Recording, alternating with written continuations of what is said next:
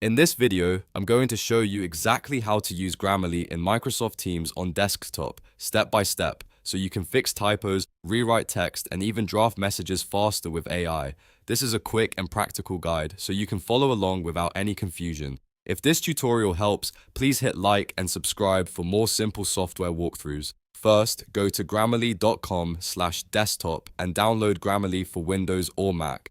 Once the file finishes downloading, open it and run the installer. Follow the on-screen steps to complete the installation, then sign into your Grammarly account. If you already have an account, just log in. If not, create one first so you can activate the desktop app properly.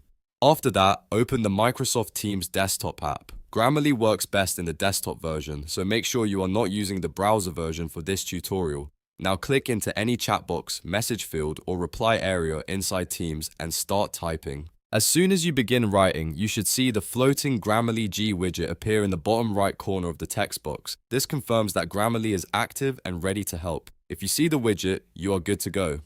To fix typos, look for any underlined or highlighted words in your message. Hover over the suggestion and click Accept to apply the correction instantly. This is the fastest way to clean up spelling mistakes and grammar issues before sending a message. If you want to rewrite something or change the tone, highlight the text you want to improve. Then click the blue floating bar that appears next to your cursor. From there, choose a quick rewrite option, such as Make it professional, to instantly adjust the wording. This is very useful when you want your team's message to sound clearer, more polished, or more formal. If you want to draft with AI, click the Grammarly widget inside the text field. Type your prompt, tell it what you want to write, and then click Insert when the draft is ready. Grammarly will place the generated text directly into your message box, saving you time and helping you get started faster. Once you are done, review the message one last time, make any final edits, and then send it in Teams. And that's it. You now know how to install Grammarly, open it in Microsoft Teams, fix typos, rewrite text, and use AI drafting tools all from your desktop.